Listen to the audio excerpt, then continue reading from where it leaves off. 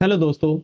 इस क्वेश्चन में हमें कैलकुलेट करना है, करंट कैलकुलेट करना है इस पूरे सेक्शन में, बी से एफ में, सी से डी में, सी से डी में और ए से जी में। ये याद रखना है हमें कि ये बी ए जी एफ में एक करंट बहेगा, एक ही करंट बहेगा। फिर हमारा बी एफ में एक करंट बहेगा। फिर हमारा एफ डी सी बी में एक करंट बहेगा। ओके, तो यहाँ पे हम लोग जैसा कि किरचॉफ लॉ से यहाँ पे हमें सॉल्व करना है, तो यहाँ पे अगर हम लोगों को तीन करंट को कैलकुलेट करना है तो हम यहाँ पे कैलकुलेट करेंगे, दो करंट को कैलकुलेट करेंगे और तीसरे को किरचॉफ फर्स्ट लॉ के अकॉर्डिंग उसके टर्म में लिख लेंगे। इससे फायदा ये होगा कि तीन वेरिएबल नहीं आएगा, दो ही वेरिएबल आएगा। जैसे कि हम लोग यहाँ पे इसे मान लेते हैं I1। अब कुछ लोग बोलेंगे सर इसे क्यों नहीं I1 माने, क्योंकि एक्चुअली क्या है, इसे I1 I2 मानेंगे तो फिर कॉम्प्लेक्सिटी ज्यादा आ जाएगी यहाँ पे, क्योंकि ये क्या है 3 वोल्ट है और ये 3 वोल्ट ये ज्यादा क्या है आपका पावरफुल है। तो यहाँ से करंट जाएगा और ये करंट लेगा। तो इसके टर्म में हम लोग I1 और I2 को लिख सकते हैं, लेकिन इसके टर्म में लिखेंगे फिर किचपिच लिखने का लिख सकते हैं, लेकिन ज्यादा सिंपल ये है फॉर्म। ओके, कि I1 आप इसे मान लीजिए और I2 यहाँ इसे मान लीजिए। और ये चीज बाकी प्रॉब्लम के लिए भी इंपॉर्टेंट है कि हमें किसको मानना है, जिसे भी हम लोगों को निकालना है, कैलकुलेट करना है, वो हम लोग ज्यादातर मानेंगे उसे ही जिसका की वोल्टेज ज्यादा है। ओके, और ये हम श्योर रहेंगे जो ज्यादा वोल्टेज है तो हमें पता है कि यहां से हाइयर पोटेंशियल इसका, इधर से करंट जाएगा और इधर से करंट जाएगा। तो ये दोनों करंट आके यहाँ पे बी पे मिलेगा, यानी यहां से I1 आया और यहां से I2 आया। होना तो ये चाहिए था कि यहाँ पे I3 मानेंगे, लेकिन किरचॉफ के फर्स्ट लॉ से हम लोग जंक्शन लॉ लगा के यहाँ पे पता कर लेंगे कि यहाँ पे करंट जो जाएगा I1 प्लस I2 जाएगा। ओके, तो ये हम लोगों ने सभी ब्रांचेस में कैलकुलेट कर लिया करंट यहाँ पे कितना जाएगा। ओके, तो अब यहाँ पे जो हम लोगों ने करंट कैलकुलेट कर लिया है, अब यहाँ पे हम लोग साइन देंगे। तो साइन हमें पता है, जैसा कि स्टेप है, अगर किसी को नहीं पता है कि किरचॉफ का क्या स्टेप है, किस तरह से कैलकुलेट करना है, तो वो कमेंट सेक्शन में कह दे, मैं एक्सप्लेन करके वो एक अलग वीडियो बता दूंगा। ओके, चलिए, तो अभी यहाँ पे हमको देखना है क्या, पहले तो हम लोगों का पहला रूल क्या है, किसी भी लूप को सॉल्व करने के लिए किरचॉफ के अकॉर्डिंग कि करंट हम डिस्ट्रीब्यूट कर दिए डिस्ट्रीब्यूट I1 I2 I3। अब यहाँ पे जो भी करंट एलिमेंट है, यहाँ पे करंट एलिमेंट क्या है आपका, करंट एलिमेंट है बैटरी और रेजिस्टर। तो बैटरी के क्रॉस तो आपको दिया हुआ है कि प्लस माइनस, और उसमें भी पता ही है हाइयर वोल्टेज वाले को प्लस लेते हैं, लोअर वोल्टेज वाले को नेगेटिव। मेन चीज आता है रेजिस्टर में। तो रेजिस्टर में यही चीज बस ध्यान रखना है कि करंट कहां से फ्लो करता है। करंट हमेशा फ्लो करेगा हाइयर पोटेंशियल से लोअर पोटेंशियल की तरफ। तो यहां करंट कहां से फ्लो करेगा, यहां करंट फ्लो करेगा आपका, ये जो जा रहा है ऊपर, जो आपने माना है कन्वेंशन उसी के अकॉर्डिंग मानना है। तो ये प्लस है और ये क्या होगा, माइनस होगा। फिर यहां ऊपर करंट जा रहा है तो ये प्लस होगा और ये माइनस होगा। ओके, फिर यहां पे जो करंट जा रहा है ये प्लस होगा, ये माइनस होगा। फिर ये करंट यही I1 प्लस I2 इधर जा रहा है, ये प्लस ये माइनस।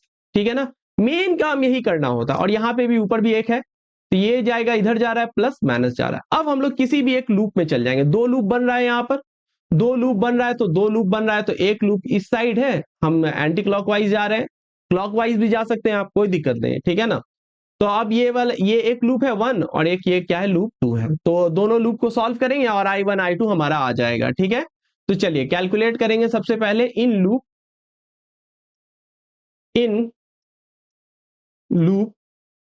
कौन सा है, A B F G, और बाद में फिर से A लिखेंगे तभी लूप कंप्लीट होता है। G तक नहीं रखेंगे, A तक ले जाएंगे। ठीक है, A B F G A। Okay, चलिए तो इसमें शुरू करते हैं, A से स्टार्ट करेंगे। तो A से स्टार्ट करते हैं, तो A में क्या है, सबसे पहले क्या आया, 2 ओम रेजिस्टेंस। तो यहां से माइनस से कहां जा रहे हैं, प्लस। तो क्या कहता है सेकेंड लॉ किरचॉफ का, कि sum of all potential difference across a loop equal to क्या होता है, 0। तो उसमें क्या है, जितना भी वोल्टेज राइज करेगा उसको हम लोग पॉजिटिव लेते हैं, जितना भी वोल्टेज ड्रॉप करेगा उसको नेगेटिव लेते हैं। तो यहाँ पे क्या है, प्लस आ रहा है तो प्लस आ रहा है, यानी वोल्टेज राइज हो रहा है, तो यहाँ पे क्या लेंगे, प्लस। टू इंटू क्या है, I1 प्लस कितना होगा, I2 होगा। ठीक है, ओके। फिर यहाँ पे कितना है तुम्हारा, I2 करंट जा रहा है यहाँ पे, तो I2 जा रहा है, लेकिन हम लूप में जा रहे हैं, माइनस से कहां जा रहे हैं, प्लस जा रहे हैं, तो क्या लिखेंगे, प्लस कितना लिखेंगे, 4 इंटू I2। ओके, फिर यहाँ क्या है, वोल्टेज आ रहा है प्लस से माइनस, तो -6 वोल्ट लिख लेंगे। ठीक है, फिर यहां से क्या मिल रहा है, माइनस से प्लस, प्लस लिखेंगे, क्या लिखेंगे यहाँ पे, ये जो करंट है इसमें क्या जा रहा है, I1 प्लस I2 है, ध्यान देना है यहाँ पे आपको, ठीक है ना। कौन सा करंट है, I1 प्लस I2, तो +2 इंटू I1 प्लस क्या हो जाएगा I2, और ये फिर क्या आ जाएगा, ये -3 और ये प्लस क्या है 3 वोल्ट, इक्वल टू क्या हो जाएगा, सम ऑफ ऑल पोटेंशियल हम लोगों ने ले लिया और वो इक्वल टू क्या आ गया आपका 0 आ गया, ठीक है।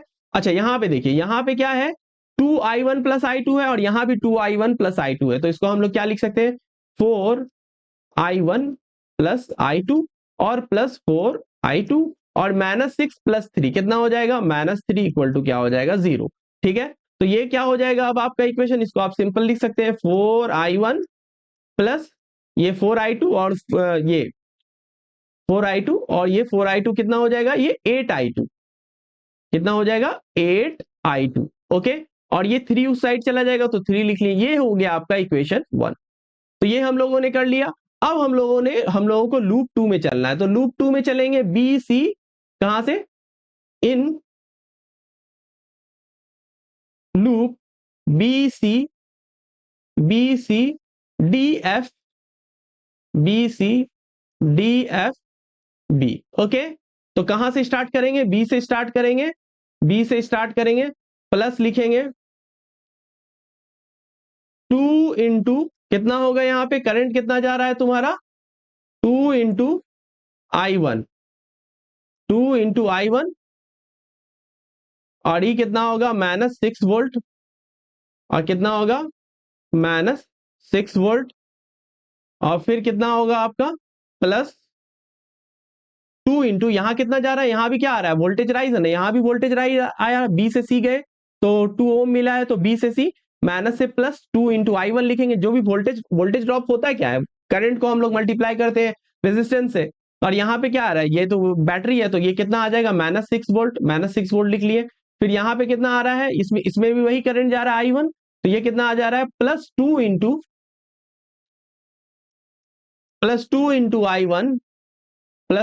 I1, फिर डी से एफ में कोई एलिमेंट नहीं है, फिर ऊपर जाएंगे हम लोग तो माइनस से प्लस मिला, क्या मिला +6 मिला बैटरी का, फिर ऊपर जाएंगे तो यहां से कितना मिलेगा, माइनस मिलेगा, क्या मिलेगा, प्लस से माइनस गए तो -4I2, कितना लिखेंगे -4I2 इक्वल टू क्या हो गया 0, कंप्लीट हो गया। अब यहाँ पे क्या है आपका, ये जो 6 है और ये 6 कैंसिल हो जाएगा, 2I1 कितना हो जाएगा 4I1, और ये कितना हो जाएगा 4I2 इक्वल टू कितना हो जाएगा 0, तो यहाँ पे क्या हो जाएगा, दोनों चीज बराबर है, इसका मतलब क्या है I1 बराबर क्या है I2 है। तो ये हो गया इक्वेशन नंबर 2। तो अब यहां से हम पता कर लेंगे भाई कि I1 सब्स्टिट्यूट करेंगे इसको, है ना, सब्स्टिट्यूटिंग दिस वैल्यू इन किसमें, इक्वेशन, कौन सा इक्वेशन 1 में, तो इक्वेशन 1 में सब्स्टिट्यूट कीजिएगा तो क्या आ जाएगा, दोनों अगर 4I1 I2 को भी क्या मान लेते हैं I1, तो ये क्या हो जाएगा 8I1 इक्वल टू कितना हो गया 3, तो 12I1 इक्वल टू 3, तो I1 का वैल्यू कितना हो गया 3/12, तो I1 का वैल्यू कितना हो गया 1/4, यानी कहने का मतलब 0.25 एम्पियर। तो देखिए पॉजिटिव आया, यानी कि हमारा कन्वेंशन क्या था सही, जब भी पॉजिटिव आएगा वैल्यू यानी इट मींस कि करंट का जो डायरेक्शन हम लोगों ने माना है वो सही माना है, ओके। चलिए नेक्स्ट हम लोगों का क्या है I2 भी क्या है, I2 भी वही करंट है, I2 भी कितना है I1 के बराबर है, वो भी वैल्यू कितना है 0.25 एम्पियर, ओके। फिर हम लोगों को पता है कि क्या है I3 जो करंट है वो कितना है तुम्हारा, वो है I1 प्लस I2, यानी कहने का मतलब क्या, जो हम लोग माने थे किसमें IAG में जो करंट है, IAG में जो करंट है वो क्या है I1 प्लस I2, तो I1 प्लस I2 कितना हो जाएगा, ये हो जाएगा 0.25 प्लस 0.25 इक्वल टू कितना हो गया, ये वैल्यू हो गया 0.5 एम्पियर, ओके। फिर क्या बोल रहा है क्वेश्चन में, ये क्वेश्चन में आपको बोल रहा है पहले, यहां पे अभी पूछा पहले, ये है आपका AG BF और CD, AG का बता दिए और BF CD तो हमको आराम से पता ही है, दोनों निकाल ही चुके हैं I1 और I2, BF और CD।